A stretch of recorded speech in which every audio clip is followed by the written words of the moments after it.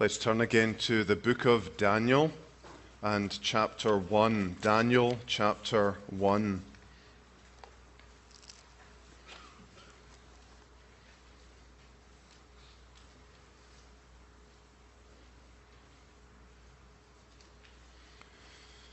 And we'll read together verse 8. Daniel chapter 1 and verse 8.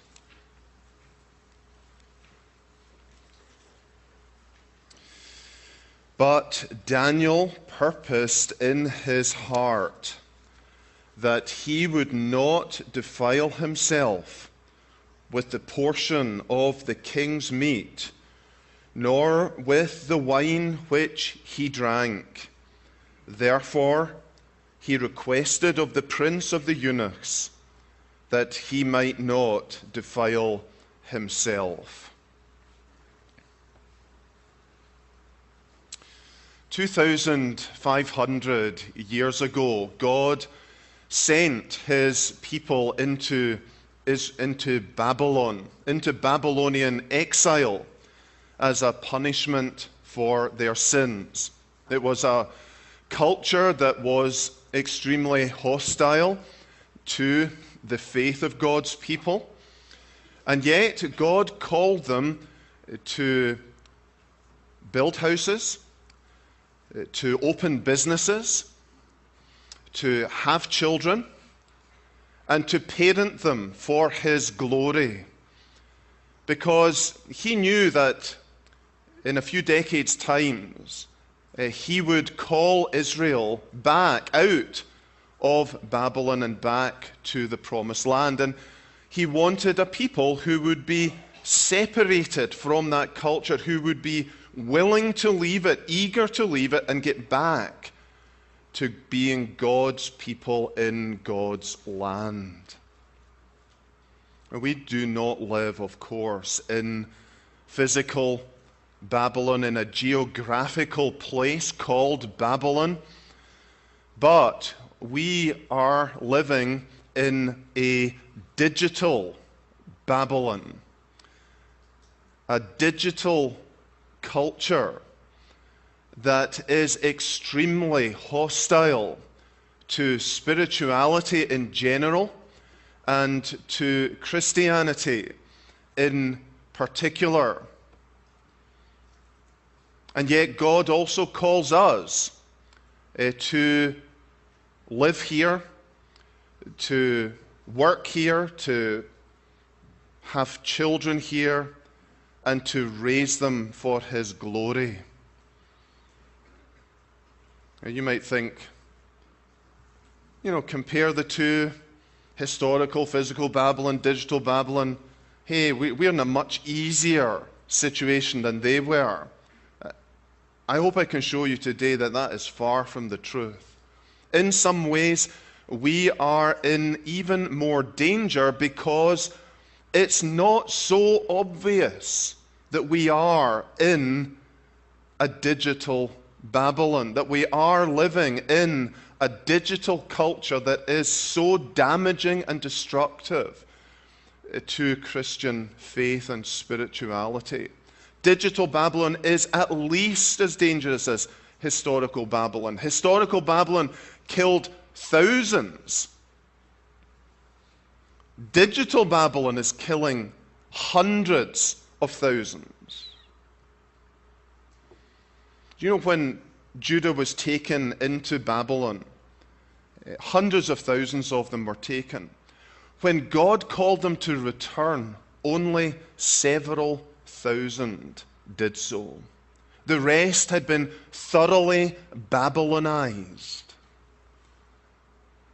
And that's the danger that we are all in as well. We are in great danger of being Babylonized, of just merging, just becoming Babylon itself. No different to the rest of the culture. And if we want to avoid that, the first thing we must do is be alert to the seriousness of the dangers that we face. We are not going to take any steps, as Daniel did, to remain separate unless we realize how dangerous a situation we're in. I'm sure many people said to Daniel, Daniel, it's just food. What's the big deal? You know, everyone else is doing it. No, Daniel said, in this area I am going to be different. I'm going to be separate. And it says he purposed in his heart. He saw the dangers that others didn't and resolved with God's help to be separate, to be different, and to be undefiled. Getting digital technology under control is, I believe, the key to excelling in every area of life today. If you want your children, parents, to excel relationally, vocationally, educationally, emotionally, then you must help them get digital technology under control. It's going to give them a competitive advantage in the marketplace and in their marriages that others just don't have. We'll see that tonight, especially as we look at how Daniel and his friends thrived more than all the others in Babylon. This, though, is also going to be the area that will determine our spiritual health. It's not just vocationally, educationally, emotionally, relationally. No, obviously, above all, we are interested in our children and ourselves excelling spiritually. And again, I 100% believe that this is the key determinant of spiritual health in the days and years ahead. If we want to grow in grace and in the knowledge of Jesus Christ, we have to grow in digital self-control.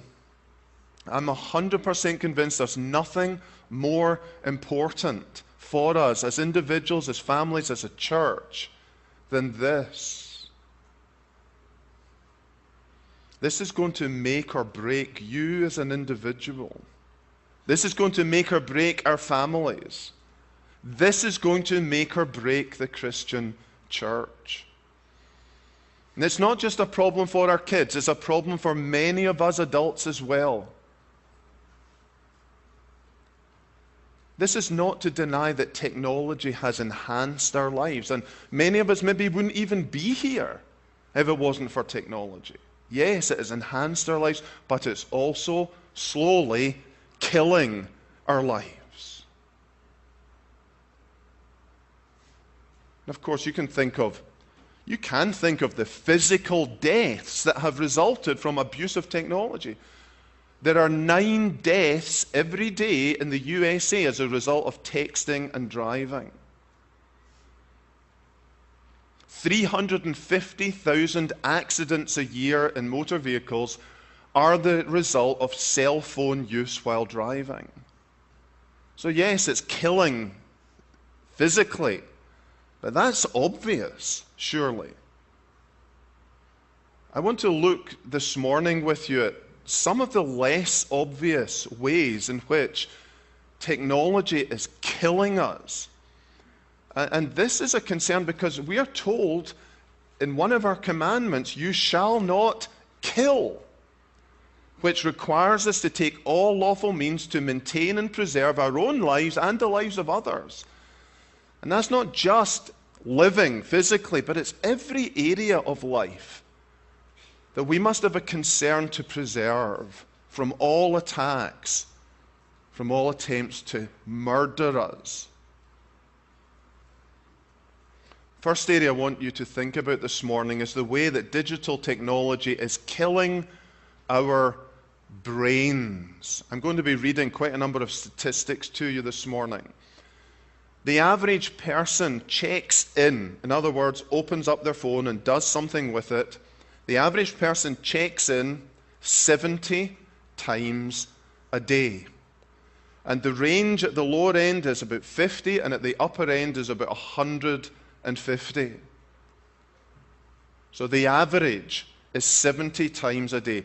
The average person touches, clicks, or swipes their phone 2,500 times a day. And again, the upper range of this is just an average, is 5,500. You think of all the times your brain is being engaged in this activity, interrupted with this activity. It's been shown that toddlers who watch screens beyond the recommended minimal amount, which is very low, those who watch it for an hour above that suffer in the following ways: a 7% decrease in classroom engagement every year of their lives, and a 13% decrease in physical activity. That's just 1 hour of screens a day above the recommended average. Those who play violent video games are actually changing the shape of their brains.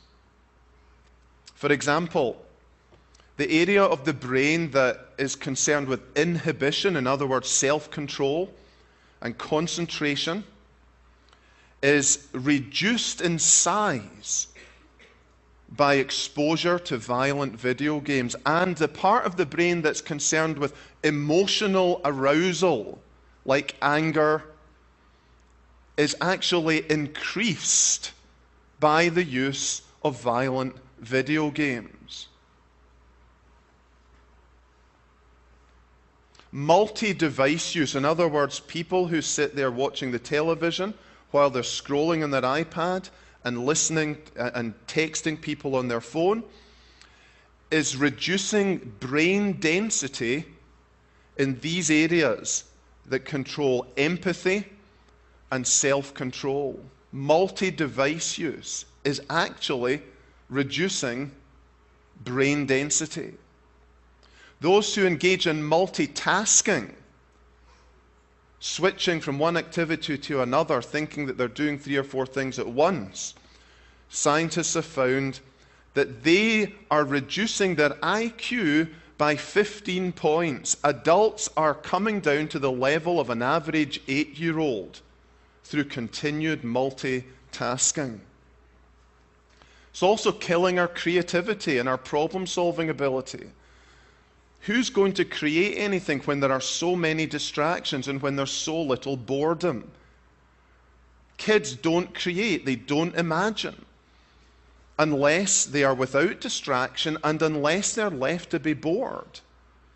And as a result, long-term creativity, problem-solving ability is being diminished. And we could go on, but I hope that shows you we're actually killing our brains. And the problem is we don't see it. If you think about it, a spade is a piece of technology, just like an iPhone. A spade and an iPhone, we can use them for work and for tasks, but you overuse a spade, you get blisters on your hands that prevent you from doing more work, that give you a warning that say, whoa, you need to take a break. Technology use, using our iPhones in the ways that most of us are doing, is basically putting blisters on our brains, but we don't see it. If we could see it, we would change. We are destroying our mental abilities. We are damaging, we are killing this vital organ with digital technology. Second area is we're killing our sleep. We're killing our sleep. God is the one who gives his beloved sleep, says the psalmist. It's a gift of God, and we're just throwing it in the trash. It's been shown that the way we're using our devices is having 3 effects upon sleep. It's shortening it, it's shallowing it, and it's interrupting it. It's reduced the length of time that teens sleep from an average of 9 hours a night to 7 hours a night. And it's not just a shorter time. It's been shown that using devices, especially late in the evening, results in much shallower sleep patterns. We're not getting into the deep, restorative sleep that is so vital to our health. And it's also interrupting sleep. Again, you're not conscious of it maybe, but it's been shown that those who are using devices, again, so much through the day, and especially in the evening, they are waking up repeatedly through the night, not realizing it. And all of these things are damaging and destroying our sleep. Sleep deprivation is a serious health problem. It's been linked to increased blood pressure, to heart disease. It's been linked to psychological problems such as depression and anxiety. Killing sleep has many knock-on effects in many areas of our lives. It's killing our sleep. Thirdly, it's killing our identity. It's killing our identity, our sense of who we are. If you think of the multiple personas that people project onto social media, you look at people you know and you see the changes. Every week there's a different image, a different persona, a different person being presented. And you wonder, is this the person I actually know in real life? Do they know themselves, who they are? The opportunity to shape and form one's public persona and presentation via social media is resulting in people forgetting who they really are. Psychologists and counselors tell us that they are inundated with teens who have no idea who they are, what God has made them, what their personality is, what their gifts are, what their character is, who they should be in this world. And it's not just people who are doing this to themselves. Obviously, they're also letting a pipeline of other people's lives and personas into their lives via social media, watching carefully curated and cultured images of other people and their lives come into their lives, resulting in feelings of inadequacy, of low self-esteem, of negative comparisons with others. It's become a societal addiction. Instagram has been found just recently to be the worst app for emotional and mental health. That brings me on to our fourth point. It's killing our emotional health. There's a book recently out by Jean Twenge, a sociologist, who has surveyed iGen. That's the new word that's being used to describe the current up-and-coming young generation. You had Generation X, then you had millennials. Now they're called iGen. And she's done research over a number of years into this new generation. And she presents graphs in this book, dozens of graphs that show from about year 2000 up to 2016. And she's measuring different things. And the graphs are uniform. The graph is sort of just going along up and down a little bit. Come 2007, the graphs for things like depression and anxiety begin to increase, shallow. But there's a definite increase. By 2010, 2011, it's like a cliff face. And it's stayed up there. And they've searched for all the causes and factors of this. And the conclusion that is being drawn is 2007 was the year the iPhone was released. And 2010 was the year when the iPhone really permeated into the whole of society. The majority of Americans got a smartphone. There was a mass adoption of that technology. There's nothing else that can explain the soaring rates of depression and anxiety. Why is that? Well, because social media, connection to the internet is bringing three things into teens' lives. More pressure, more stimulus, especially that, and more trickle-down stress. 6 million American teens struggle with an anxiety disorder. In 2011, 50% of undergraduates said they felt overwhelming anxiety. 50%. By 2016, it's up to 65%. Anxiety is affecting not just adolescents, but adults as well. 30% of the adult population say they too are feeling overwhelming anxiety. And it's really not hard, is it, to see at least one of the major causes of this in many cases. It's the constant beeps and buzzes and vibrations and notifications and banners that are just continually stimulating the brain, leaving no time for rest, for quiet, for peace, for undisturbed time. This scientist who spoke about this said, our teens are in a cauldron of stimulus that they can't get away from, or don't want to get away from, or don't know how to get away from. If you look at these graphs again, for loneliness and for unhappiness, again, it's trundling along, up and down, till 2007 it starts increasing. 2010, 2011, it goes through the roof. It's frightening when you see one after another like this. A lot of this is related to things like Instagram and Snapchat, which are very image-focused, producing feelings of inadequacy and anxiety.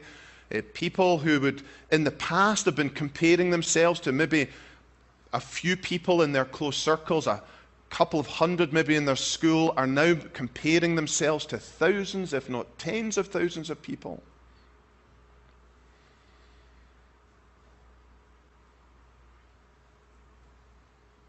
Fifthly, it's killing our modeling.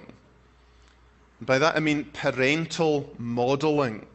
Our children look to us to be positive role models in every area of life, especially this one, and they're not getting it. It's not just our children that have this problem. More than a third of teens, when surveyed, said they'd asked their parents to stop checking their devices. Of those who asked, 46% said their parents took no notice, 44% felt upset and ignored. They found that 82% of teens themselves felt meals should be device-free, but needed their parents' help to enforce it.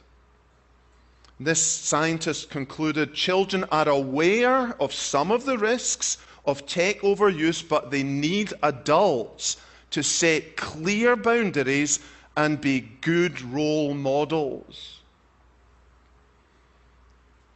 It's killing our modeling. What image, as our children are growing up, what will be their memory of us, consciously and subconsciously?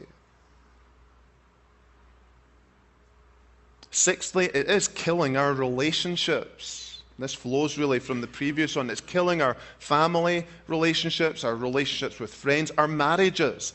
It's killing our listening skills and our speaking abilities. It's killing face-to-face communication and interfamily relationships. It's been found that 2+ hours of social media a day doubles the chances of a person experiencing social isolation.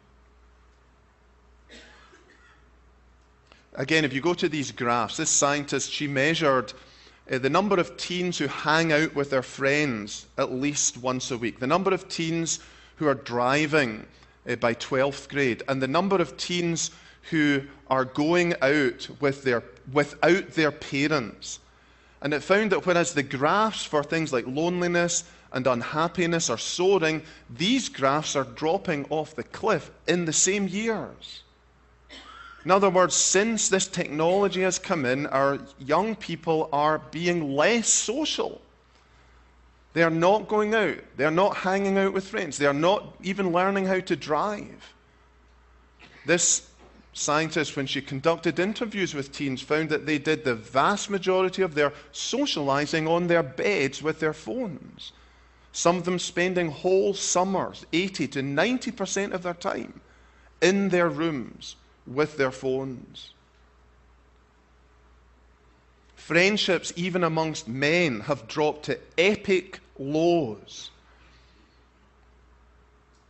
Counselors involved in helping troubled marriages have found that instead of there being a third person in the marriage, as was often the case, there's now a third party in the marriage, and it's the phone of one of the partners, the wife or the husband. It's killing our relationships. Seventhly, it's killing our time. The amount of time that's being wasted. The typical under 20-year-old will have spent more than 30,000 hours on the internet or playing video games by the time they're 20. 30,000 hours. That's 3.5 years. You think of all that time.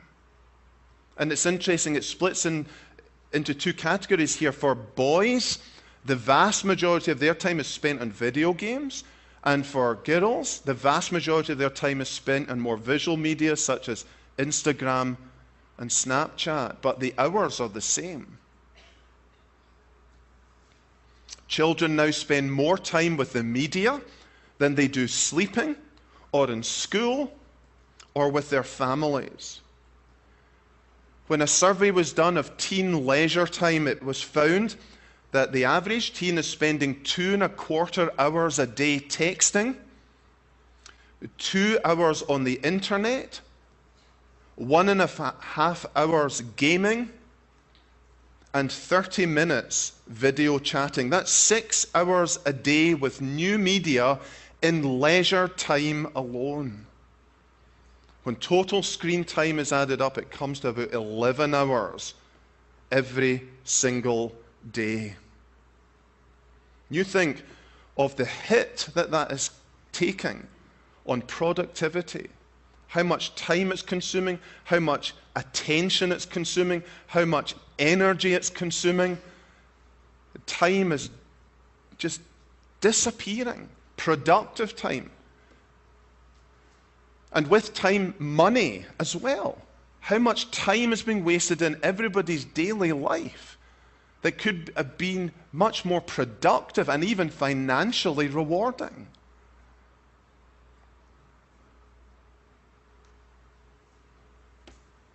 Eighthly, it's killing our self-control.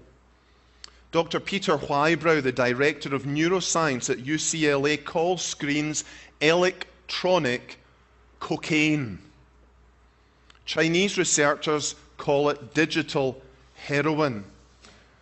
And that's because they are seeing that digital technology is having the same impact as these drugs. It's a similar stimulant, like caffeine, like amphetamines and cocaine. Its usage puts the body into a state of high arousal, followed by a crash. Like these drugs, it's producing chemical, hormonal, and sleep disturbances. And just as drugs affect users long after their apparent effects wear off, so digital technology is affecting the central nervous system long after the immediate effect of this drug wears off.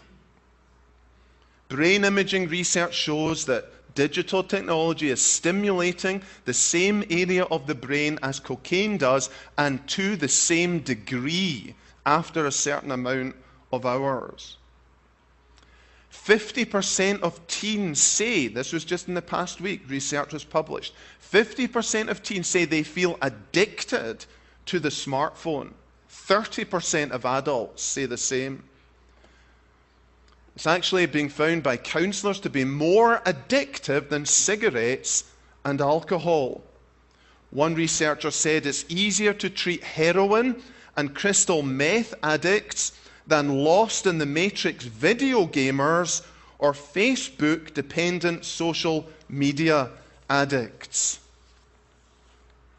He says it's worse than alcohol or drug abuse because it's so much more engaging and there's no stigma behind it.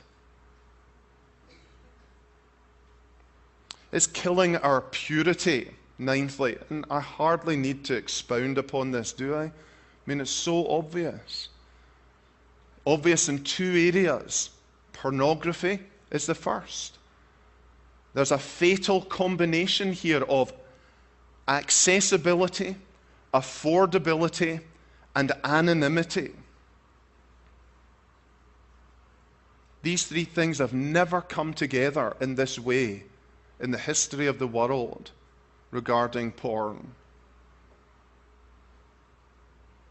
And it's not just Christians that are concerned about this. I read a report recently that didn't cover the soul or the spirit, but covered so many areas of life. There must have been about 40 chapters in this report on the 40 different areas of human life that are damaged by porn.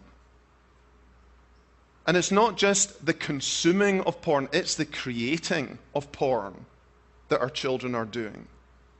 60% of teens have received a sext, and 40% of teens have made them themselves. Unless you think, well, that's just the world, I'm sorry. Sadly, that's proving not to be the case. It's in Christian schools, and it's in Christian churches as well. And parents, you're ostriches if you're not aware of this. You need to get your head out of the sand and get ahead of this. Our children are becoming pornographers themselves. And above all, tenthly, it's killing our spirituality. Yes, it's serious that it's killing our brains, it's killing our sleep, it's killing our identity, it's killing our time, it's killing our emotional life, it's killing our modeling, it's killing our relationships, it's killing our self-control, it's killing our purity, but above all, it's killing our spirituality. It's killing it. You can't have all these things going wrong in every other part of our lives and think we're going to have a healthy spirituality. We just can't. We are holistic beings. Every single part of us feeds into and relates to the other. But think of even these statistics. 50% of people in a survey of 8,000 Christians admitted to checking their phone within minutes of waking. And 73% of them said that they did that before they did their spiritual devotions. What's happening there? What's happening is the most impressionable time of the day, the time when our brains have been refreshed by sleep and are now like a blank sheet of paper ready for the deepest, longest lasting impressions, and we're pouring the world in. We're impressing all sorts of nonsense on our brains. First thing, instead of pouring God in and His Word in and leaving that as our most abiding impression of the day.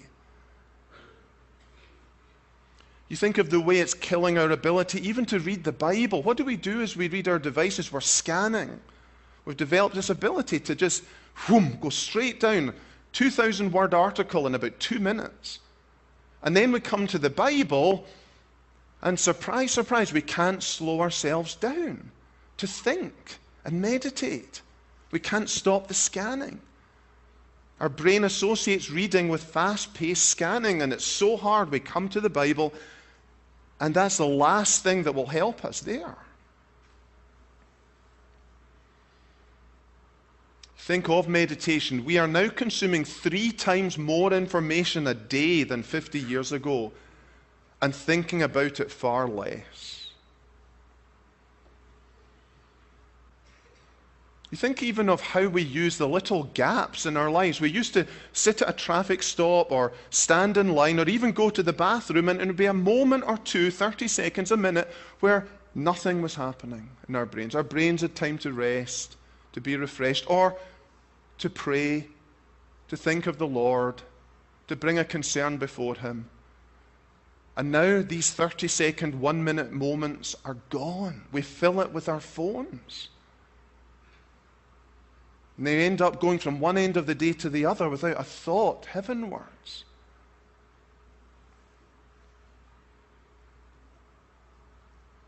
Do you see the dangers of digital Babylon? Do you see how hostile this culture is to us in every area of our humanity, but especially our spirituality? How would you react to this headline of a recent report? You are your phone. You are your phone. That's how defining our devices have become of us. Marketers know we are our phones. That's why they want so much of the data. That's why they mine everything we do. Because they know this is what reveals the passions, the desires, the ambitions, and the interests of every individual. Whatever image we put on out there, this is what truly counts. This is infallible in terms of determining what kind of person we are.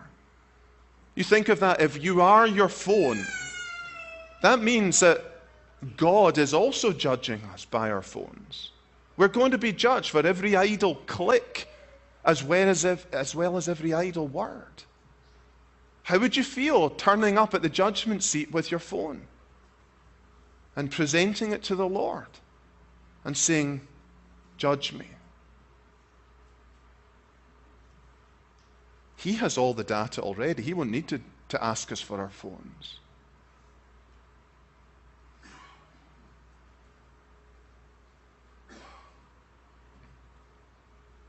You are your phone.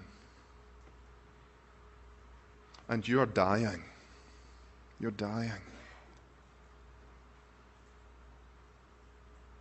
Your device is destroying you.